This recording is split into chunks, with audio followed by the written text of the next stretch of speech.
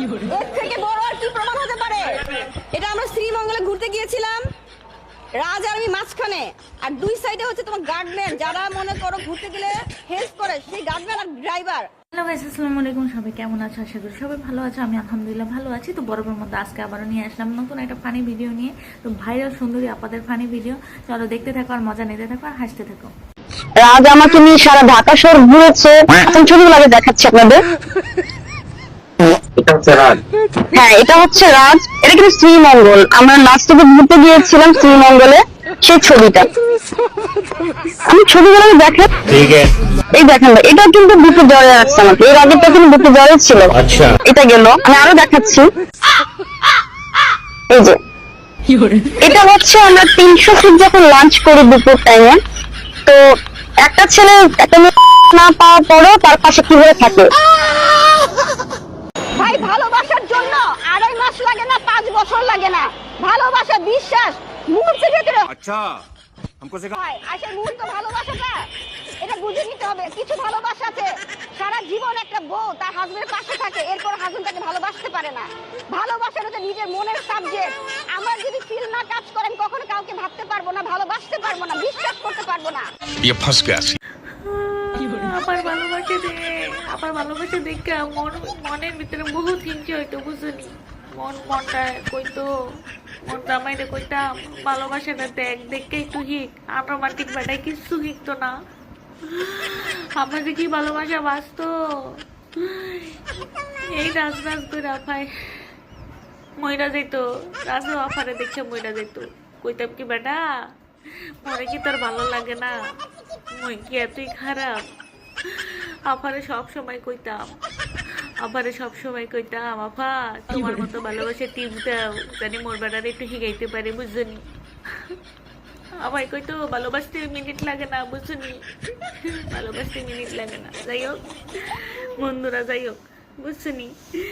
হেই আফারে মনে করো এনে ঘুরাইতে লেগে গেছে, ওইগুনে ঘুরাইতে লেগেছে, আর মোর বেটা দোকান থেকে কিছু বুঝে না, বুঝছনি? খালি দোকান আর দোকান।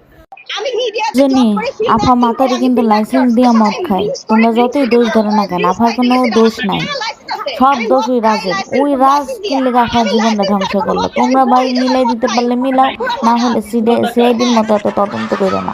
আফার মন মানসিকতা ভালো না, যখন তখন গেট মেট ভাঙিয়ে কিন্তু তোমাকে মাথায় বাড়ি দিতে পারে, বুঝছেন? বলা যায় পুলিশ কি কোর্ট থেকে অর্ডার পাইছিল যে এটা শ্রীমঙ্গে যখন ঘুরতে গেছিলাম, রাজ তুলেছে। আমার হাত কোথায়, রাজের হাত কোথায়, তুমি দেখো না? আরে কথা পাবো, এটা আমার ছবি, রাজ তুলছে। আপারে কেউ না মাইনা নিলে আমি তো আছি। তো আফা তুমি গেট ভাঙ্গো, আমারে ডাক দাও। আমার শরীরে অনেক জোর, দরকার হলে 2-3টা ডিম খেয়ে আসে আহুন। তুমি ভাঙ্গো, তোমার লগে আমিও ভাঙ্গো। আমারে ডাক দাও, আমার খালি একটা বার ফোন দিয়া কও যে তুই আইয়া পর, আমিও তোর তোমার লগে আমি গেট ভাঙ্গো, কোনো সমস্যা নাই। মাইয়া গো পাশে আছে, বুঝছনি? কোনো সমস্যা নাই। আমার জীবন আমি যেভাবে মধ্যে সেভাবে পাস করব। আপনারা জনগণ একটা কথা বলতে পারবেন না, বলে ভালো কথা বলবেন, খারাপ কোনো কথা বলবেন না। তোমরা একটু বেশি বাড়াবাড়ি করতেছো কে? বুঝো না আফার জীবন আফার যেমনি খুশি এমনি চলবো, যেমনি খুশি এমনি নাচাইবো নাচবো। তোমরা এত কথা বাড়াবাড়ি করতেছো কেন? ভালো কথা কইতে পারলে কইবা, না কইলে সাংবাদিকতা বন্ধ করে দিবা, বুঝছনি? আফারে কেউ ডিস্টার্ব করবে না, আমরা মন মানসিকতা ভালো না। আমি তো আমার অরিজিনাল চুল আমি এরকম খালি কালার আর কাট করব না। আমি যদি আমার অরিজিনাল চুল এরকম প্রতিদিন কাটি, প্রতিদিন কালার করতে হবে, আমার অরিজিনাল চুল থাকবেই না। হ্যাঁ, এটা বলতে পারেন যে আপনার অরিজিনাল চুল আমি দেখতে চাই। আমার যখন মন চাইবে আমি অরিজিনাল চুলে ক্যামেরার সামনে দাঁড়াবো, কিন্তু এখন মন চাই না, আমি দাঁড়াই নাই। কিন্তু এইসব কথা বলবেন না যে এক এক সময় এক একটা চুল পড়ে। আমার ভালো লাগে আমি করি, আমার টাকা আছে আমি করি, আপনার বাপের টাকা দিয়ে করি না। আপনি এরকম ফ্যাশন করেন তো যায়, তাহলে বুঝবো। এতক্ষণ ভিডিওগুলো কেমন লাগলো অবশ্যই কমেন্ট বক্সে জানিয়ে দিবে। আর এতক্ষণ ভিডিওগুলো দেখার জন্য অনেক অনেক ধন্যবাদ তোমাদের সবাইকে। এইভাবে আমার পাশে থেকো। চলো আজকের মতো এই পর্যন্তই। আল্লাহ হাফেজ, টাটা, বাই, আসসালামু আলাইকুম।